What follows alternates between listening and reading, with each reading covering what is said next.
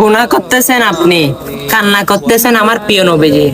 কঠিন হাসরের দিনে আপনার আমলনামাটা আল্লাহ রব্বুল আলামিন আমার প্রিয় নবীজির সামনে করবেন, তখন আপনার কি হবে?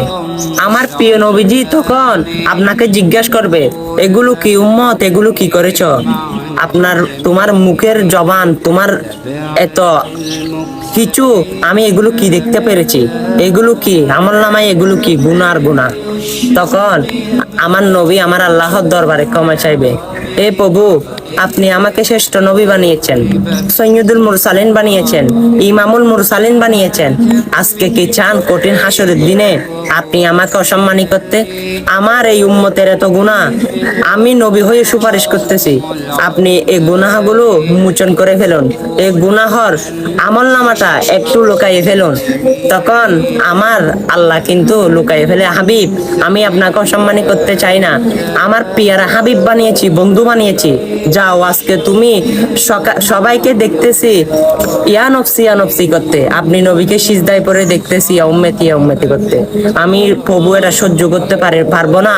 অবশ্যই চলুন না ভাই, অবশ্যই দেখবেন আমার আল্লাহ এই আপনার আমলনামাটা গুনাহ মোচন করে এবং এমন সংরক্ষণ জায়গায় রাখবে। আমার প্রিয় নবীজি বলে, হে প্রভু, এই আমলনামা যদি অন্য নবীরা দেখতে পাই আমি লজ্জা পাবো। তখন আমার আল্লাহ বলবে, লজ্জা পাওয়া এমন কাজ আমি করব না, যাও আমি আমলনামাগুলো হেফাজতে রেখে দিলাম। তখন আমার প্রিয় নবীজির হাতে জমা দিয়ে দিবে। তখন আপনি কিন্তু সে নবীর সুপারিশ সেই কঠিন দিনে আপনি পেয়ে গেলেন। তো দুনিয়া থাকাকালীন আপনি এই নবীর জন্য কি করেছেন? সেই নবীর কালেমাটা যদি মানুষের কাছে পৌঁছে দিতে বলি, আপনি বলেন বিউ ব্যবসা শুরু করেছেন। সেই নবীর হাদিসগুলো যদি মানুষের কাছে পৌঁছাতে বলি, আপনি বলেন এরকম এরকম। তো ভাই, হে নবীর জন্য কিছু করতে হবে না, নামাজ পড়তে হবে না, রোজা রাখতে হবে না, হক বুঝতে হবে না। অবশ্যই চলুন না ভাই, অতি শীঘ্র ভালো হয়ে যায়।